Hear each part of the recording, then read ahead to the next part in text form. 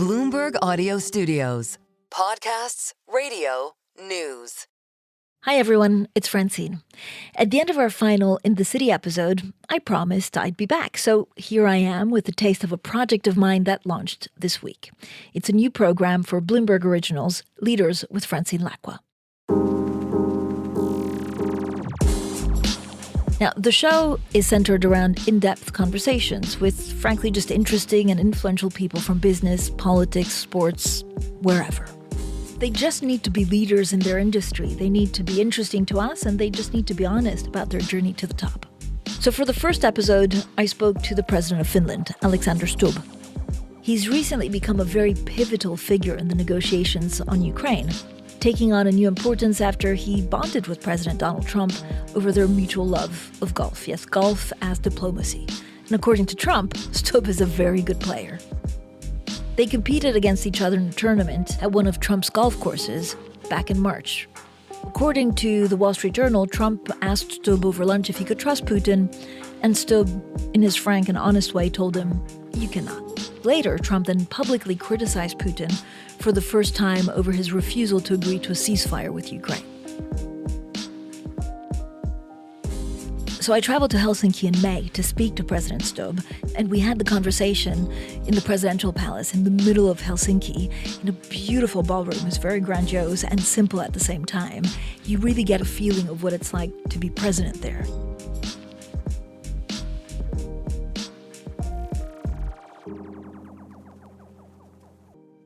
I tried to learn more about his motivations, and we talked about his life before becoming president. Ultimately, I just want to know how he'll measure his success at such a critical moment. I hope you enjoyed the conversation. Mr. President, thank you so much for joining us. My pleasure. Thanks for the invitation. Talk to me about resilience. It's something I think we in Finland know something about, actually. It's one of our key words. It's sisu, which is resilience, perseverance, grit, stamina. So you never give up. You just have to keep on pushing and grinding through the tough stuff. And I think a lot of Finns have that ingrained into the system because remember, we're a poor country. First, we were under Sweden for 700 years, then under Russia for a little bit over 100. And when we gained independence in 1917, we were basically a poor developing country. And I think then this sort of idea of resilience, let's try to overcome, let's work hard, came very much a part of Finnish DNA, and I think I'm still part of that generation. What was your hardest time? There were times at school or in university that I found it quite tough, especially probably the first 3 months of my university years in 1989 at Furman, because remember that I came from an essentially liberal Nordic country and went straight into the Bible Belt in South Carolina, and that was a bit of a culture shock. But probably the toughest time in my life, and it's only my own doing, was from 2014 to 2016 when I was Prime Minister, Finance Minister, and Chairman of the party. Probably not in my comfort zone because domestic politics was never my thing. But I, grinded it out for 2 years, and when I lost an election, I left politics. But I left sort of with a high morale to a certain extent, lessons learned. And my whole idea was, okay, the time was tough. I learned something from it, and I'll never come back to politics. And here I am. I was going to say, and then 7 years later, here we are. What made you go back to politics? Putin.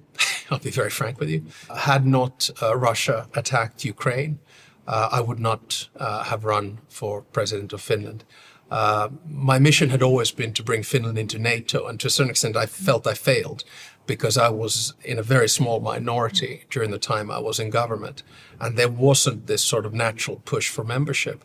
But then I realized that, wow, things might happen, and I felt that, it's almost a little bit corny to say, sense of duty, but we talked about it at home, my wife, and because we had decided that we're not going to do politics, and she said, well, perhaps because we might become members of NATO, because the security political situation is what it is, you should reconsider. And then we started reconsidering, and less than a year before the actual elections, I announced, and then one thing led to another, and here I am. I want to ask about your network because you have an incredible network internationally, because you've been around, but also people warm to you, people like you. How do you do it? I've kind of had 3 different careers and I've gone back and forth. So first I was an academic, then I was a civil servant, then I was in politics, and then I went back into academia. So during those times, you sort of acquire a network. And for me, it's been a global, international network. And I really enjoy it. So I try to go into every situation without, pretext or without the, presumption of someone. And then I'm just myself. And the nice thing is also, I come from a small country, and I don't come from an imperialist country, right? So Finland is kind of inoffensive, people like it, us, we're okay. And I've been fortunate. For instance, when I was a civil servant, most of the civil servants I work with in Brussels, for instance, they are now ambassadors all around the world from different countries. So it's lovely. I go to a state visit, say in Kenya and Tanzania, and suddenly I find people who'd work with me in Brussels. So that's a kind of a network that you end up doing. But are you a people's person? Yeah, definitely. So it's difficult to be a politician if you're not a people's person. Yeah, I think you have to be quite open. And I have to admit, at home, Suzanne and I would discuss about this. I'm very much an extrovert, whereas Suzanne is more of an introvert. So we complement each other in a good kind of a way. And I do enjoy that part. I think it's an advantage in politics to be an extrovert like I am. And I know that most Finns are not considered to be extroverts, but actually we are once you scratch the surface. How has that helped with President Trump, President Xi? Well, it helps with everyone to a certain extent. Of course, I have a set of people who are in powerful positions or political positions from the past. So Jonas Gahr Støre, the Prime Minister of Norway, he was foreign minister when I was foreign minister. Radek Sikorski, the foreign minister of Poland, was foreign minister then when I was foreign minister. So there are a lot of connections. And then, of course, it does come. I think diplomacy is really about 2 things. It's about state relations, and then it's about personal relations and connections. And then I think it's my job to try to connect with people. And I hope I succeed sometimes. When I was with President Xi, I felt we had a very good and respectful conversation. When I was playing golf with President Trump, we had a really good time. And, I think that's what diplomacy is about. You scratch the surface, you're able to have conversations, you don't need to be so formal, you're not in the public eye, and then it's about social connections. What was President Trump like on the golf course? Well, very pleasant, very talkative. We had a good group of 5 players there. Gary Player was there.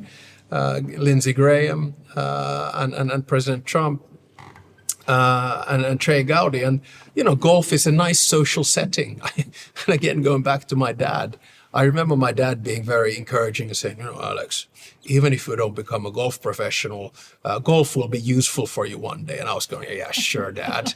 And sure enough, there I was on the first tee with President Trump. And, I had a good time. And it doesn't, the fact that you have a good time with someone doesn't mean they agree with them. So, especially coming from a small country, what you want to do is you want to, nudge things in the right direction. And that means that you have conversations which sometimes can be difficult and awkward. Sometimes they can be good. And then, the rest of it is about getting results. And I hope I get results with my diplomacy. But if you have a good time, does it mean that they listen to your arguments more? I don't know. You have to ask them. So, certainly I found, if I'm in a diplomatic context where someone is arrogant, where someone is aggressive, I sort of switch off. I don't like that. I'm not going to tell you when it happened, but when I was foreign minister, I had a few conversations where I thought, where's this guy coming from?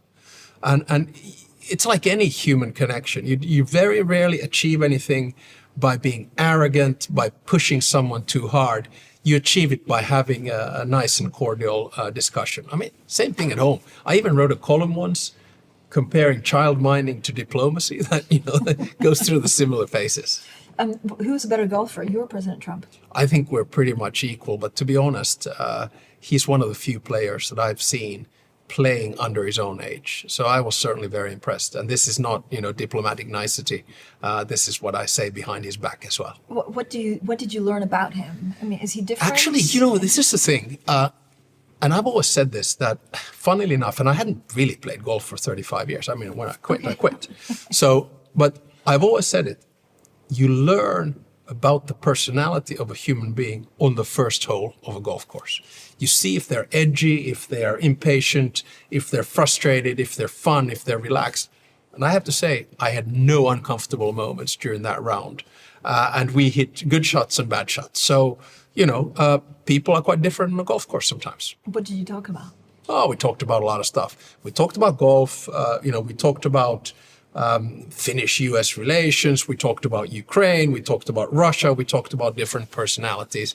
But in a social context, yes, you spend 7 hours with the President of the United States. It's not going to be a 7-hour shop because no one wants that.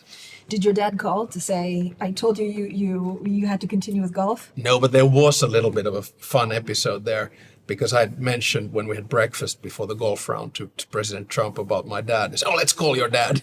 But then something came in between and we didn't call him. But there you go. I wanted to ask about your father. He was someone that had a huge influence on your life. What was he like? Yeah, definitely. Still is. He's 90 years old. He was the chief talent scout of the National Hockey League in Europe. So very much an ice hockey family, if you will. My dad was a big influence in the sense that he taught me a lot of things.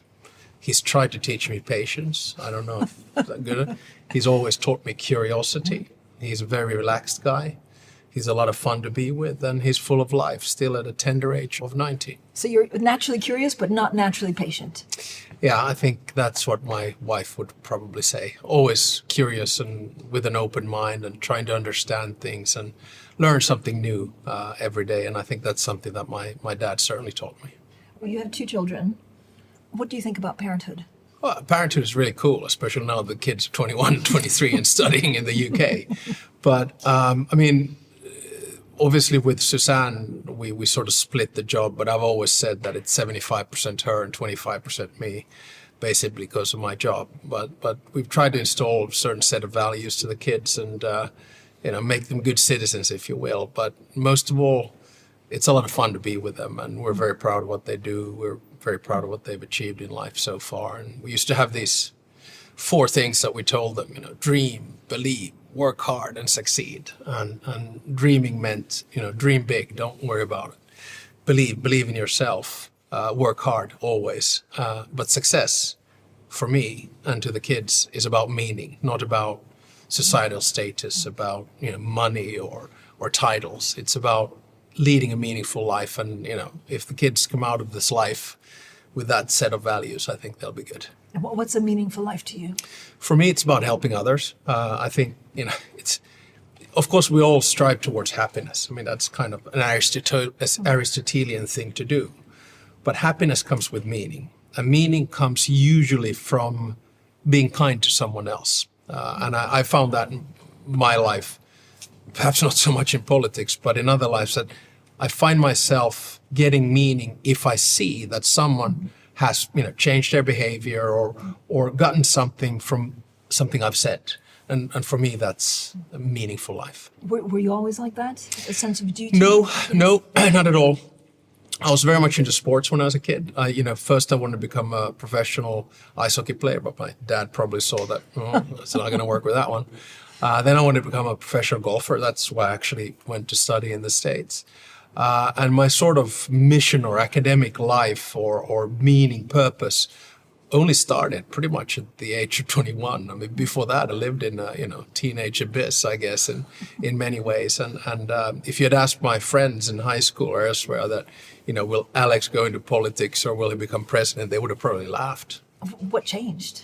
I don't know. It was probably just this sort of idea of learning. And I was okay in school, in the lower grades. But then when I went to Furman University in Greenville, South Carolina, I had professors that inspired me. They became mentors, Brent Nelson, Aristide Tessitor, Don Gordon, and many others. And they sort of nudged me in the right direction. And I must admit that, when I get excited about something, I get sometimes a little bit overexcited. But it was good because from 1989 to 1993 at university, I was overexcited about studying, and that sort of, Furman changed my life. How has the U.S. changed since you were at Furman? Yeah, I mean, it has definitely changed. I mean, for me, of course, as an avid pro-American, the U.S. was always the guarantor of, security and peace in Europe and the world. And of course, there was a isolationist moment of the US before World War I, and we saw where that led. There was an isolationist moment before World War II, and we saw where that led. But then after World War II, it was America essentially that created the current structure of global institutions that we have. And it's been a world police, for better and for worse. You don't have to agree with everything that America does, but it has led the world. And it's certainly led the Western world. And now it's a question of, is it going to sustain that position? And usually these are long-range things. These are not, 4 years or 8 years or 12 years. And I also think that there's always a president in the United States that changes future presidents. Franklin D. Roosevelt, the New Deal, that led to an American policy which lasted for decades. Reagan and Reaganomics, that led to an American policy which lasted for decades. And remember that Reagan was talked down when he started, and at the end of the day, he became the savior of the free world and free markets. And I actually think that Trump already in 2016 changed American policy to America first. And then it just, we have to look at where America first leads. I, of course, hope that it's at least Europe second. But when do we know where America goes? We don't. We can't. We can't. Years, decades. It'll take a while to know exactly. And we Finns are very pragmatic. So what we try to do is to influence the things that we can influence. We cannot change the mind of the President of the United States or the administration. That administration has been chosen in democratic elections by the American public. And this is a policy line that they have chosen. It has some good elements which we like, it has some elements which we like less, but we try to influence the elements which for us are important, like finding peace and ceasefire in Ukraine, like keeping America engaged in Europe and in NATO, and making sure that America has a strong voice in the world. So to Kissinger's very good question, if I need to speak to Europe, who do I call? What's your answer today? There are quite a few numbers. for France, press 1, for 2, press 3. Yeah, exactly. But I do think that, we are seeing strong European leadership, from the UK, from France, from Germany, and also from the EU institutions. I think the President of the European Commission is very strong. Remember that the EU has exclusive competence on trade, on competition, on monetary policy. So we don't have like one European leader, but we have a triumvirate at least that is leading Europe. You feel like a true European at heart. Is that fair? Yeah, very much so. I mean, of course, in the heart of my heart, I'm Finnish, then I'm Nordic, and then I'm European. So I always say that I kind of, have my roots in Finland. My sort of tree trunk, or stub, I guess, which tree stub, is European, and then I hope that my sort of branches are global. So I think very internationally about things, but I'm very adamant about my Finnish roots, and it's probably different for someone who, well, it's not different, but I come from a country where there are two minority languages, Finnish and Swedish. And when you have those languages, they're a very strong part of your identity, and that sort of brings it home in a different kind of a way. But do you worry about society splintering, the rise of populism, yeah, definitely. Not being able to talk to each other anymore? Yeah, I mean, one of the things I keep on talking about here in Finland as well, and I did in my New Year's speech as well, is to say that what we have to avoid is the polarization of society. We have now the technological instruments to polarize as much as we can, because we can kind of start living in not only alternative realities, but in alternative truths. And that's very dangerous for democracy, because if you don't have basic agreement of what facts are, say on science or otherwise, then you cannot have a democratic discourse. And we have to try to avoid that. We're seeing some of it, obviously, in the United States, but it's not only the United States. We're seeing it in many other liberal democracies. Finland is a small country. We can't have that. And that's why I try to say that, try to tone down the language a little bit, try to avoid polarization, communicate, have dialogue rather than judge. But what's the solution, especially for politicians that want to make a difference, that want to, I guess, bring people together? Well, I mean, for politicians, I think to be honest, it's politicians and media, because media has a lot of power today. And media freedom is the foundation of any democracy and freedom of speech. But politicians, they have to think about how they express themselves. What kind of a role model do they show? Because say if the president of Finland would start cussing on Bloomberg and condemning and pointing fingers at people, then that kind of gives a carte blanche for other people to do it as well. And probably easy for me to say as, the president of Finland, but in parliamentary debate, it's okay to clash a little bit, but think about how you clash. What kind of an example do you set? What is the behavioral pattern that you're trying to communicate? It goes to social media as well. But it's changed completely. It has. You grew up in an era where, globalization was an opportunity, and now people are looking more inwards. True. But you could say that I was born into a world, the Cold War, where there was a clear ideological split between the East and the West, between hypothetically or really communism and capitalism, authoritarian regimes and freedom. So the world was very polarized on a global kind of a set. And then we sort of had this holiday from history. And I'm a big fan of Fukuyama and the end of history thesis. And remember, I started studying in 1989 when the Berlin Wall fell in November. And then the Soviet Union collapsed in 1991. And there was this sort of basic assumption that, hey, the whole world is going to be a combination of liberal democracy, social market economy, and globalization. And of course, at some stage, we sort of woke up and smelt the coffee and realized that actually the world was not going to be all about green fields and rainbows and peace signs. And for me, of course, the sort of turning point was not only 9/11 or the financial crisis 2008, but probably Russia's attack on Ukraine in 2022. And we're now starting to see the change of a world order. But you say in 2008, you saw Russia change. Yeah. I mean, so for those of you who didn't follow world politics very closely at the time, I was foreign minister, chairman of the OSCE, and mediating one of the peace mediators or ceasefire negotiators in Russia, Ukraine, the war. And I gave a speech right after the war. We had gotten a ceasefire in 5 days where I said, we should wake up and have a look. Power politics is back. Spheres of interest is back. Russian imperialism is not gone.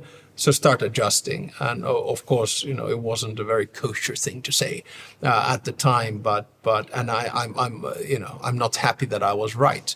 But that's what happened. But no one listened. Well, I mean, some people listened, some didn't. I think kind of a lot of Eastern European countries were right about Russia at that time. But I think we were all sort of in this wave of, Russia is going to become a democracy. We were even thinking China is going to become a democracy. And, if there is technological advancement, if there is freedom, people are going to use it. There was Arab Spring, et cetera, et cetera. But my big argument is that right now we're living in a 1918, 1945, or 1989 moment in world history. In 1918, after World War I, the leaders at the time created the League of Nations. It was a good idea. The Wilson's 14 points, etc., Woodrow Wilson. But it didn't work out. We ended up in World War II. Then in 1945, there was the creation of the UN and the current international structure that we have with the WTO, with the IMF, with the World Bank, and of course, a bipolar world with Soviet Union and the US. And that sort of contained power. We didn't end up in World War III. And then in 1989, we just said, okay, that's it. The US won the Cold War, unipolar moment, everyone's going to become a democracy. And now we're in a similar situation. We just don't know where the world is going to go. And my argument is it's going to take about 5 to 10 years for things to settle. I would prefer to see the rejuvenation of the international system, but that means that we need to give agency to, for instance, the Global South. But where do you see Russia going? Oh, it's not looking good. I'm very honest with you. Of course, I believe in change, but with the current regime and with President Putin, I don't see big change. Nations that don't have a capacity to deal with their past, they have a very difficult time to look into the future. So in many ways, there is this imperialist DNA and undertone in Russia, which doesn't seem to go away. Russia is built on empire. That's why Putin talks about the Ruski Mir, Great Russia, borders to the 1800s, which has, one language, one Russia, one religion, and one leader himself. So I'm not very hopeful about the future of Russia right now. I was at some stage. I thought we saw a lot of progress. But until it sort of quenches its imperialist thirst, I don't see Russia advancing. And remember that Russia's economy, it's the biggest country in the world, right? Its economy is smaller than Italy and just a little bit bigger than Spain. It had the chance to modernize. In 1990, the size of the Chinese economy and the Russian economy was the same. Now China is over 10 times bigger. So it hasn't been able to modernize. So in that sense, and of course, having 1,340 kilometer border with Russia, I want to see a rich and prosperous and democratic Russia, but I just don't see that in the cards in the near future. But you've also said that Europeans live in la la land, that they actually don't want to see, I guess, what they have in front of them. Why is it so difficult to see? Yeah, it's one of these things. I think sometimes it's very human. We want to deal with a world that we want to see, and we are not dealing in a world which actually exists and what it's like. And I think the La La Land thesis is pretty much the idea that, we thought that Russia and many other countries in this world would just automatically revert to some form of liberal democracy, but it didn't happen. And now we try to find convincing ways of doing it. My big thesis, though, is that in this new world order, you have the global West, which is us. We sort of want to preserve it. US, in and out, we don't know yet. Then you have the global East, which is about 25 countries, led by China, followed by Russia. They kind of want to change the current system. The one that's going to decide is the global South. The likes of India, Saudi Arabia, South Africa, Nigeria, Kenya, Indonesia, Brazil, Argentina, Mexico. So these are the sort of swing states or future big powers. And my humble advice to my Western friends and colleagues is that, we need to work with the global South. If we want to have global institutions, we need to give agency to the global South. They cannot be created in the image of the global West. Are they listening? Some of them are, some of them are not. Remember that diplomacy and foreign policy is never static. There's no end state. We're not going to end up with the fantastic world government. It's always diplomacy and trying to work in different directions. Right now, the pendulum is going towards transaction, towards nationalism, towards bilateral relations. And at some stage, it'll start swinging back. But when it starts, we have to make sure that everyone feels that they're part of it. I mean, many are saying this is actually China's moment, that President Xi could benefit from this chaos or splintering also of Western alliances. Could be. If the 20th century was the American century, is the 21st century going to be the Chinese century? We don't know. But my point is that, we can't be spectators in this. We have to try to influence. And the best way to influence is by showing example. So I think open societies, free societies, liberal democracy, market economy is the best model of society. I mean, we seem to be doing well. If you look at all the rankings around the world about not only the happiest country in the world, but about development, about environment, about no corruption, about openness, about press freedom, they're all top democracies that are there in a lot of the Nordic countries. So we must be doing something right. But my point is also that we can't go and preach about this. We can't go, so you have to be like us to be happy. No, people find their own models. But that means a lot of flux until you find the one that fits. You can Definitely. be unhappy for many years. You can be unhappy for many years, but usually, fortunately, at the end of the day, countries do develop. I mean, and for me, the best solution is democracy. But if I said that only democracies develop, I'd be lying. I mean, look at the UAE, look at Saudi Arabia, look at Qatar. You might not like their model of society, but to say that they are not advanced, rich countries would be wrong. They are. So, you have to find a good balance always in this. Some models work better than others. We're talking about the fact that actually Finland's very resilient. And it feels like the population has been prepared for potential war for the last decades. Is Europe prepared to go to war? Well, I mean, our mentality is that the better you prepare, the less likely you're going to end up in a war. And in my mind, you fight wars on a battlefield, but you win them at home. So that's why we look at this concept of comprehensive security. So, we have one of the largest militaries in Europe, right? We have obligatory military service, so 900,000 men and women have done it. My son just finished his. I did mine in 1988 and 89. We have 280,000 that we can put out at wartime from reserves. We have 62 F-18s. We have long-range missiles, land, sea, and air. We just bought 64 F-35s. We have the biggest artillery together with Poland. And as I always say, we don't have them because we're worried about Stockholm. So, it's a question of preparedness. So you want to kind of have a deterrent to show that, guys, don't come here. And the other side is the civilian part, and that is as important. So we have this huge network of civilian shelters. We can house 4.5 million people underground out of 5.6. And of course, in peace times, we use them for parking and for sports facilities and recreational things. Then we have this security of supply agency, which is very, prepared and flexible. So it basically deals with crises ranging from weather catastrophes to war. So their contracts with energy companies that they have to have this and this much in stock, or with farmers, they have to have this and this much in stock.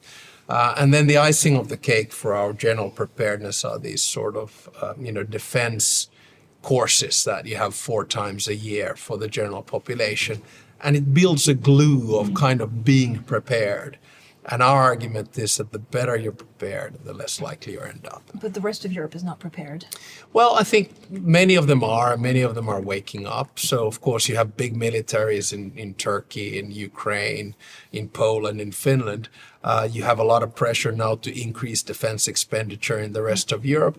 And, again, you have to give credit to the U.S. They're pushing Europeans to increase their defense expenditure, but not only that, to increase preparedness. If you go to these civilian shelters, I talked to our guys there. In the past 2 years, they've had 500 visitors coming from abroad. So basically, every king and prime minister and president and minister that comes to Finland, we take them to these shelters to show.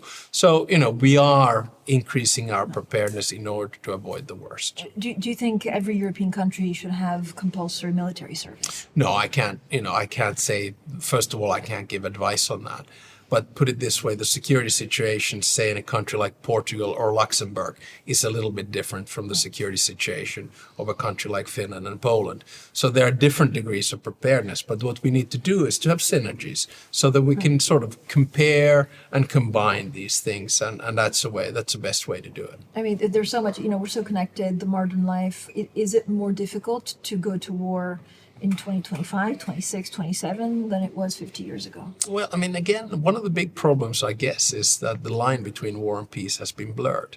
So you have conventional warfare, which we're seeing now in different formats in Ukraine. But then you have hybrid warfare. And, so the things that were supposed to bring us together, like trade, or like information, or energy, or even currency, they're now being suddenly used as instruments of war, or even migrants. I mean, the reason we've closed our border with Russia is they're using human beings as weapons. So, we are sort of in this age of unpeace right now that we're trying to grapple with. And I think preparedness is a key here. And of course, what we're all trying to do in diplomacy is to try to calm things down. Number one, we try to get a ceasefire in Ukraine. Number two, we try to get a peace agreement. And then number three, we try to make sure that Russia doesn't attack again. In all of your working life, have you ever thought of quitting? Have you ever just had enough? Probably the only time was when I was prime minister and finance minister. I mean, at other times, never. Not really quitting. That wasn't part of it. Otherwise, I wouldn't have, continued to run as party chairman and other. So I never kind of quit. But I'm also really good at losing. So, if I lose, I sort of take it in stride and move on. But no, there haven't been those moments. And I must say that as tragic as the world situation is right now, I have never felt more empowered about the situation in which I am. And I feel that every day is a challenge, but at the same time, I sleep very well at night. I feel I'm very well prepared. And I have to also add that as the President of the Republic, I'm probably the best informed person in the country in terms of our military planning, in terms of our civilian preparedness, in terms of our societal resilience in general. And there's a reason I sleep well. I look at the way in which our authorities work and I feel very calm. Just give you one example. There was a ship called the Eagle S on Christmas Day that was tearing its anchor and cables in the Baltic Sea. Our authorities dealt with it like this. And this is what gives me sort of courage and strength to continue. A president's job is not that lonely. You have a pretty good team dealing with it. But it's lonely at the top because at the end of the day, the buck stops with you. Yeah. I mean, my leadership philosophy is very simple. I try to give as much sort of power and responsibility to the people I work with. If they screw up, I take the responsibility. If they succeed, I give them credit. And I think in a small country, also with foreign policy, it's very much about teamwork. And this is where I come back to my sort of, ice hockey thinking that, we're Team Finland. And that's why I, as president, want to work very closely with the government to make sure that, we speak the same language and we play the puck into the same zone and that we have a strategy. And I've always had that philosophy in my life, which I know is counterintuitive sometimes for people in politics, because for them, it's a very Hobbesian struggle. Life is nasty, brutish, and short. but in my mind, it's completely the opposite. I think you have to work together to try to find the solutions. And I also have to say that, for some people who don't know the Finnish model, the president runs foreign policy together with the government. And I'm the only living person who has been in Finland, who's been both prime minister and president and foreign minister. So I understand the reality. So I feel very strongly that no matter what the color of the government is, it's my job as president to help the government to succeed as well, regardless of their ideological take. So you feel you make a difference? I hope so, but I'm very bad at judging it myself. I just try to do my best every day. And for me, remember again, we come from a small country. The difference was when I was prime minister, and this is to all prime ministers, a lot of people want you to fail for ideological reasons, right? That's what democracy is about. But when you're president and dealing with foreign policy, and foreign policy for a country like Finland is existential, everyone wants the president to succeed. So you can imagine, when I wake up in the morning and I get messages and encouragements and well wishes, you're all on fire, doing your job. And it gives you a lot of energy and also humility to deal with the task ahead. President Stubb, thank you so much. Thank you.